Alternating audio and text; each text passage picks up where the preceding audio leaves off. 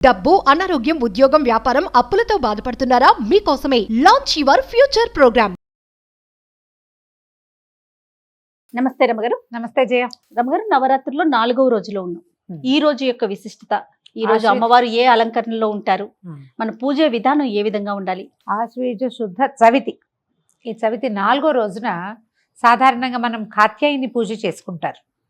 అయితే మనకి కనకదుర్గ దేవాలయంలో విజయవాడ ఇంద్రకీలాద్రి మీద మహాత్రిపుర సుందరి అవతారం వలేస్తారు ఈరోజు. ఈ మహాత్రిపుర సుందరి అంటే అమ్మవారు అటు ఇటు సచామర రమావాణి సవిదక్షిణ సేవిత శివకామేశ్వరాంకస్థ శివ స్వాధీన వల్లభ ఈ స్వరూపాల్లో కనపడుతుంది. లలితాదేవి అనగానే మామూలుగా మనం ఎక్కడ కనపడతారు, ఏదైనా ఫోటోలో చూసేసరికి పరమేశ్వరుడు పడుకుని ఉన్నట్టు, ఆయన అంకం మీద తొడల మీద ముళ్ళో అమ్మవారు కూర్చుని ఉన్నట్టు, అది కూడా ఏమిటి ఇట్లా స్థిమితమైన రూపంతో పాశాంకుశాలు ధరించి, తర్వాత ఏమో చెరుకు విల్లు ధరించి, పుష్పబాణాలు ధరించి స్థిమితమైన ప్రశాంతమైన స్వరూపంతో కనిపిస్తుంది. చతుర్భుజిగా కనపడుతుంది అమ్మవారు. ఈ స్వరూపంలో ఉన్న అమ్మని ఈ రోజున మనకి కనకదుర్గ దేవాలయంలో చూపిస్తారు స్వరూపం. అయితే అమ్మవారిని మనం కాత్యాయని వ్రతం అని చెప్పుకుంటాం ఈ రోజున. ఈ కాత్యాయని వ్రతం ఏంటంటే శ్రీకృష్ణుణ్ణి భర్తగా పొందటానికి గోపికలు ఆచరించిన వ్రతంగా చెప్తారు.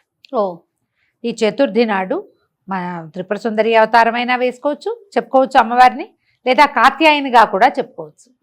ఎవరైనా వివాహం కావాల్సిన కన్యలు ఉంటే ఇంట్లో వాళ్ళతోటి కాత్యాయని వ్రతం, కాత్యాయని కథ చెప్పుకోవటమే. కాత్యాయని దేవి ఆమె స్వరూపంతో ఆమె కూడా ఇలా పాశాంకుశాలు, తర్వాత ఏమో పుష్పబాణ హస్తగానే కనపడుతుంది.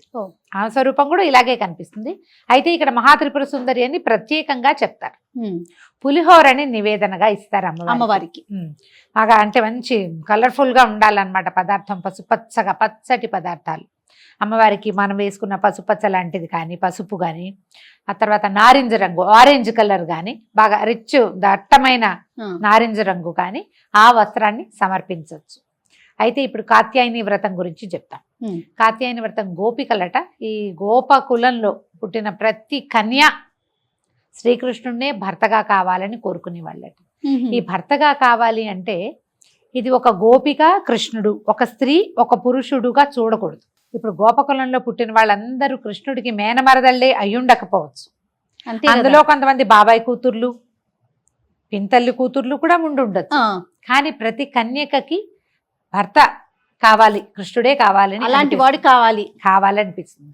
మనం దీన్ని ఎట్లా చూడాలంటే ప్రతి మానవుడికి, ప్రతి జీవికి భగవంతుడు కావాలి. ప్రతి గోపిక ఒక జీవాత్మ, ప్రతి జీవాత్మకి పరమాత్మలో లీనం అవ్వాలని ఉంటుంది.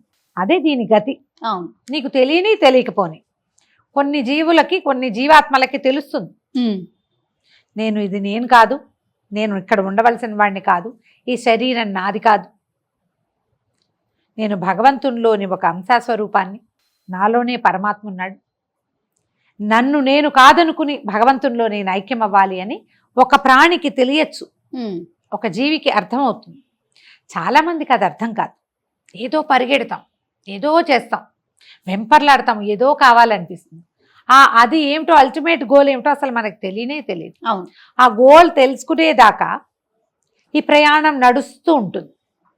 మనం మళ్ళీ పుడుతూ ఉంటాం, మరణిస్తూ ఉంటాం. ఇక్కడ చేసిన పాపాలో పుణ్యాలో వీటి వల్ల ఇంకొంచెం ఉత్కృష్టమైన జన్మ వస్తుందో, కొంచెం నికృష్టమైనది వస్తుందో, ఏదో మనం చేసిన కర్మానుభవాన్ని బట్టి జనన మరణ చక్రం తిరుగుతూ వెళ్ళి ఎప్పుడో ఒకప్పటికి ఇది నేను కాదు అనేది అర్థమవుతుంది. ఆ అర్థం కావాలంటే గోపికలు భగవంతుడిని భర్తగా కావాలని భావించినట్టుగానే మనకి భగవంతుడు కావాలని భావించాలి. ఆ రకమైన తెలివిడి, లోపల తెలివి కావాలంటే ఇలా ఆరాధన చేయాలి. కాత్యాయనిని ఆరాధిస్తే మనకి పరమాత్మకి ఉన్న తేడా ఏమిటి? ఎక్కడ భేదం లేదు. మనలో ఉన్నవాడు పరమాత్మే, ఈ జీవాత్మ స్వరూపంలో ఉన్నవాడు ఆయనేనని మనకు అర్థమవుతుంది. ఆ అర్థం చేసుకునే తెలివిని సంపాదించుకోవటం కోసం ఈ రోజున త్రిపుర సుందరి అవతారంలో ఉన్నటువంటి కాత్యాయనిని పూజించాలి. చక్కటి కమ్మటి పులిహోర చింతపండుతోటి తయారు చేసి, రుచికరం చూడ్డానికి ఎంతో పంచవర్ణాలతోటి ఎట్లా కళగా కనపడుతుంది. పులిహోర అనగానే అందంగా ఉంటుంది. అవును. ఇంత చిత్రాన్నాన్ని అమ్మవారికి నివేదన చేయాలి. ఈ కాత్యాయనికి ప్రత్యేకంగా చెప్తారు ఎర్రటి పువ్వులతో పూజ, ఎర్రని గాజులు సమర్పించటం, కుంకుమ సమర్పించటం, ఎక్కువ మంది ముత్తైదువులకి ఈ రోజున మనం పూజించటం. మామూలుగా కన్యగా పూజ ప్రతిరోజు చేసుకుంటాం, ఏదో ఒక కన్యని తెచ్చుకుంటాం. ప్రతిరోజు ఒకే రకం కన్య దొరికినా మనకి 4 ఏళ్ల పిల్లలే ఉన్నారు మన బిల్డింగ్ నిండా. మనం వయసులు చెప్పుకున్నాం కదా, 2 నుంచి 9 దాకా. అంటే ఓ రోజు 2వ అమ్మాయి 2 ఏళ్ళది, ఓ రోజు 3 ఏళ్ల పాప, ఓ రోజు 4 ఏళ్ల కన్య దొరుకుతుంది, దొరకదు. ఒకే వయసు వాళ్లే ఉన్నప్పటికీ కూడా అదే మన ప్రాప్తం అనుకుని రోజుకొకళ్ళకి పెట్టుకోవచ్చు. ఏం చేస్తారు అమ్మగారి పిల్లలకి? కన్యకి ఎలాంటి పూజ చేస్తారు? కూర్చోబెట్టటము, పాదాలకి ముందు కాళ్ళు కడిగిస్తాం, కాళ్ళు కడిగించి కూర్చోబెట్టి కాళ్ళకి పసుపు రాసి, పారాణి పసుపు సున్నము కలిపితే పారాణి తయారవుతుంది. అవును, కాళ్ళకి పసుపు రాయటం, పారాణి పెట్టడం. ఒట్టి పారాణి పెట్టకూడదు, పసుపు రాసిన పాదాలకి పారాణి పెట్టడం. తర్వాత కుంకుమ, తర్వాత కాటుక, బుగ్గన ఒక చుక్క, తర్వాత తల ముడవటం, జుట్టు ఉంటే చక్కగా దువ్వి కాసిన పువ్వులు పెట్టడం. అమ్మవారిని అలంకరించడమే ఇది. అలంకారం అయిన తర్వాత ఒక పీట మీద చక్కగా పొద్దుగా కూర్చోబెట్టి ఏదైనా తినడానికి పెట్టడం. మనం ఆ రోజు అంటే ఇది అమ్మవారికి నివేదన చేసిన ప్రసాదము పెట్టచ్చు, లేదా వీళ్ళకే భోగం ప్రత్యేకంగా తయారు చేసుకోవచ్చు. చేసి చక్కగా ఒక విస్తరి వేసి ఏదో ఒక పదార్థం చేయకూడదమ్మా. ఎప్పుడు కూడా 4 పదార్థాలు మనకు విస్తరి కళగా కనపడాలి. పిల్లలు చేయి విడిచి తీసుకునేలాగా చేయాలి. వాళ్ళకి నచ్చిన పదార్థం ఏదైనా. మన పక్కింట్లోనే ఒక పాపాయి ఉందనుకోండి, తనకి ఏమి ఇష్టము. కొంతమంది పిల్లలు బంగాళదుంపలు ఇష్టం, బంగాళదుంపల కూర, అన్నము, చారు, పెరుగు, కాస్త ఏదైనా తీపి పదార్థం. వాళ్ళు అవేమి తినరు, ఏదో ఉప్మా లాంటివి తింటారు, పులిహారే తింటారు పిల్లలు. చాలా మంది పులిహార కనపడుతుంటే పులిహారే తింటామంటారు. పులిహారతో పాటు ఒక పులిహార పెట్టకుండా దాంతో ఏదైనా తీపి పదార్థము, ఒక చిన్న బిళ్ళ పెరుగు, అన్నము, ఇలాంటివి తినిపించడం. ఆహారం తీసుకున్న తర్వాత చక్కగా మళ్ళీ బొట్టు పెట్టి బట్టలు పెట్టడం. ఏదైనా అలంకరణ సామాగ్రి ఉంటే పిల్లలకి సాధారణంగా ముందు అలంకరణ సామాగ్రి అన్నీ ఇచ్చి అప్పుడు భోజనం పెడతాం. ఆ తర్వాత తాంబూలం ఇచ్చాక కొంతమంది ఇష్టపడరు, కానీ హారతి ఇస్తే చాలా మంచిది పిల్లలకి. ఏ కన్యకైతే మనం పూజ చేసుకుందాం అనుకున్నామో, కన్యా పూజన చేస్తాం కదా, ఆమెకు ఒక హారతి ఇచ్చి తర్వాత ఆమె చేతికి అక్షింతలు ఇచ్చి అక్షింతలు వేయించుకోవాలి పిల్లతో. ఆ కన్యకతోటి మనం అప్పుడు కుమారి స్వరూపం, ఆవిడే బాలా స్వరూపంగా పెట్టుకున్నాం కదా, ఈ బాలా స్వరూపానికి నమస్కారం చేసుకుని తదుపరి జన్మల్లో అయినా నాకు భగవంతుడిని చేరే దారి, నీ దగ్గరికి వచ్చేసే దారి చూపించమని. ఇప్పుడు దసరా ఏ పండగల్లో అయినా కూడా మనకు దేవతార్చన ప్రధానాంశంగా ఉంటుంది. ఏ పండుగ అయినా వండుకోవటం తినడమే మన జీవితోధ్యాయం అయినప్పటికీ ఖచ్చితంగా దైవారాధన ఉంటుంది.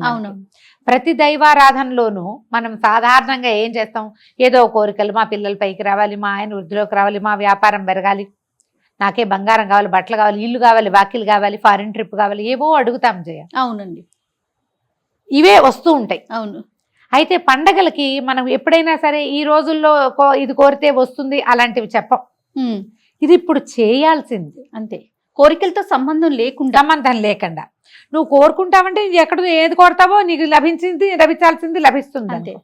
కాకపోతే ఈ దైవారాధన ఈ సమయంలో ఇది చేయాలన్న నియమం ఉంది మనకి. ఇదే కన్యా పూజ మనకి ఎక్కడైనా సంవత్సరంలో చెప్పబడిందా? ఎక్కడ చూడమ్మా. చూడు, దానాలు ఉంటాయి, అన్ని దానాలు అన్ని పండగలకి దానం చేయండి చెప్తారు. అవును. కానీ విశేషించి కన్యా పూజ, శివాసిని పూజ ప్రత్యేకంగా చెప్పేది ఇప్పుడు దసరా పండుగల్లో. ఎందుకంటే ఇప్పుడు ఈ ఆద్య శక్తి యొక్క, చైతన్య శక్తి యొక్క ఇది అంటే బలం ఎక్కువగా ఉంటుంది, ఆమె ప్రసన్నత ఎక్కువగా ఉంటుంది. ఇప్పుడు ఈ ప్రసన్నత అంతా ఎందుకు మనకి? మనం ఏదో ఈ చిన్నవి మనకు కావాల్సిన మెటీరియలిస్టిక్ థింగ్స్ సంపాదించుకోవటము, తాత్కాలికమైన ప్రయోజనాలు ఇచ్చేది కాదు, శాశ్వతమైన ప్రయోజనాన్ని ఇవ్వగలిగే శక్తి ఉన్న రోజులు కాబట్టే ఈ నవరాత్రులు ప్రత్యేకంగా చెప్తారు. ఒక నవరాత్రి కాదు, మనకి 4 నవరాత్రులు ఉన్నాయి. 2 మనం ప్రఖ్యాతంగా చేస్తాం. గుప్త నవరాత్రులు మనం ఇప్పుడు చెప్పుకుంటున్నాం, కానీ అది అందరూ చేసేవి ఎక్కువగా అవలంబించేవి కాదు. అది ఎవరు చేస్తారు?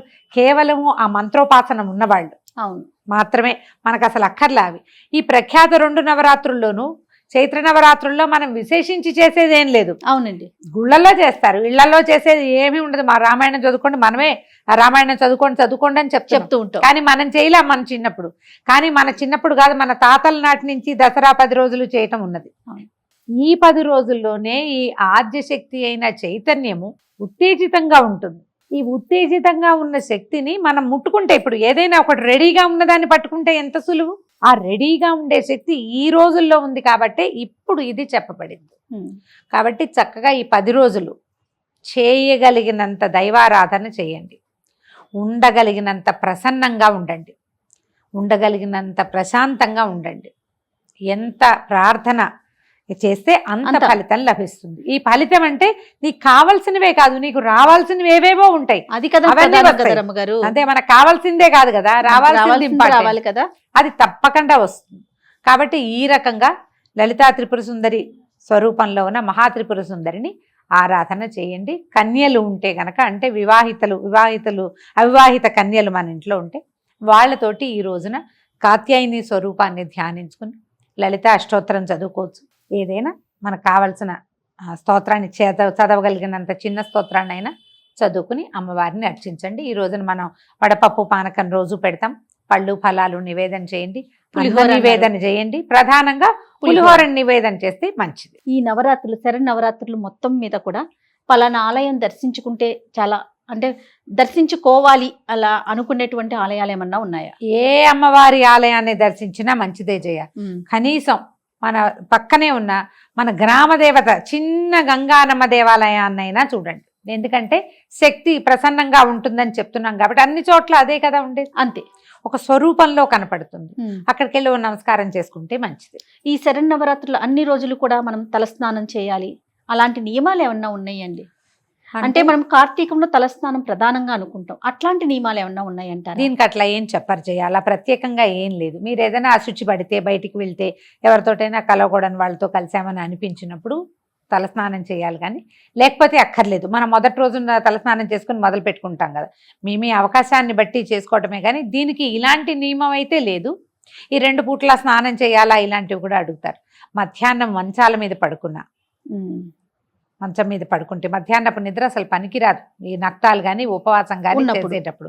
ఇప్పుడు ఏదో చిన్న లేత నెలల గర్భమో, లేకపోతే చిన్నపిల్లలు ఉన్నవాళ్ళు, ఏదైనా చిన్న బద్ధకం ఉన్నవాళ్ళు, శీతాకాలం వచ్చేస్తోంది కాబట్టి కాస్త ఒళ్ళు బరువుగా ఉన్నవాళ్ళు, ఇలాంటి వాళ్ళకి కాస్త ఏమైనా ఇబ్బందిగా ఉండి మధ్యాహ్నం పడుకుంటే సాయంకాలం ఒక చెంబు నీళ్లు పోసుకుని అప్పుడు దీపారాధన చేసుకుంటే మంచిది.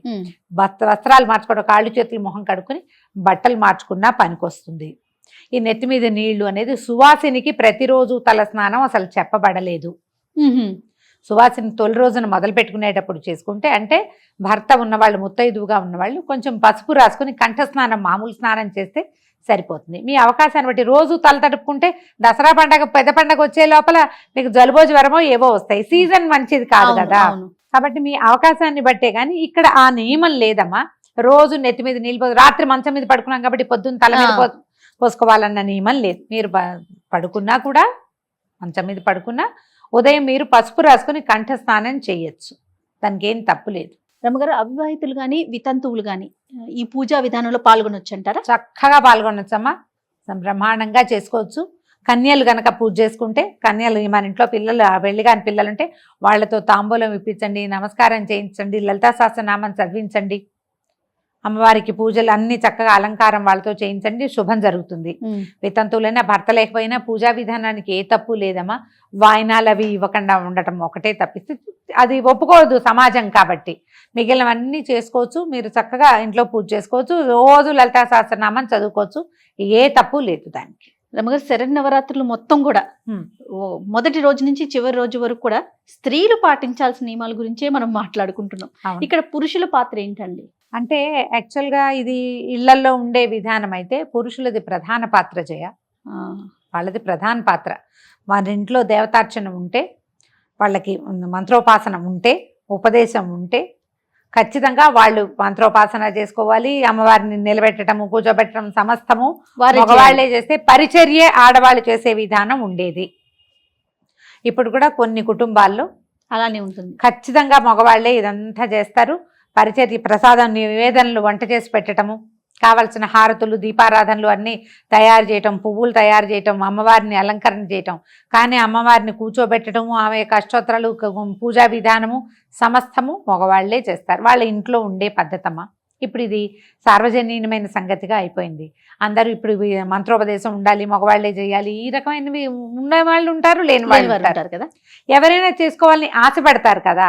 లౌకికమైన వ్యవహారంగానే ఇది పరిణమించింది కాబట్టి మనం ఆడవాళ్ళు కూడా చేసుకోవచ్చు. దానికి ఏం పెద్ద మగవాళ్ళు చేయాల్సిందేనని ఖచ్చితంగా వాళ్ళకి అవకాశం లేదు, అలవాటు లేదు, ఆ రకమైన ఆచరణ తెలియదు. అప్పుడు ఎందుకు వాళ్ళని ఇందులోకి లాగటం? మీరు నేర్చుకుంటున్నారు, తెలుసుకుంటున్నారు. ఎవరో ఒక గురువులో టీచర్లు మంచి వాళ్ళు 4 మంచి ముక్కలు చెప్పే వాళ్ళ దగ్గర తెలుసుకున్నప్పుడు మీరు తెలిసిన విధానంగా చేయండి. వాళ్ళతో దండం పెట్టించండి.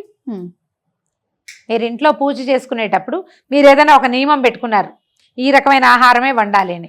మగవాళ్ళు దాన్ని గౌరవించినా వాళ్ళు పూజ చేసినట్టే. అంతే. దానికి వాళ్ళు ఒప్పుకుంటే నువ్వు ఈ పూజ నువ్వు చేసుకో, నాకు కావాల్సింది నాకు చేయాల్సిందేనన్న మాట అంటే ఇక ఏం లేదు, మీ దారి మీది వాళ్ళ దారి వాళ్ళది. అట్లా కాకుండా దానికి వీళ్ళు గౌరవంగా ముందుకు వెళ్తే భక్తిభావంతో ముందుకెళ్ళి అలాగే ఈవిడేదో చేసుకుంటోంది కాబట్టి మనం ఇతరత్ర వ్యవహారాలకు దెక్కకూడదని వాళ్ళు కనుక భావించారనుకో, వాళ్ళు పూజలో పాల్గొన్నట్టమ్మా. అప్పుడు బాగా చెప్పారు, వాళ్ళు పూజలో పాల్గొన్నట్టే. వాళ్ళే దీపం పెట్టకపోయినా కూడా ఒప్పుకున్నారు కదా, ఒప్పించుకోండి. అంత మాత్రం పూజ చేయాల్సిందేనని పెట్టుకోకపోయినా ఇంత మాత్రం ఒప్పించినా కూడా వాళ్ళకి కూడా ఫలితం లభిస్తుంది తప్పకుండా. సంతోషం గారు. నమస్తే. నమస్తే చేయ.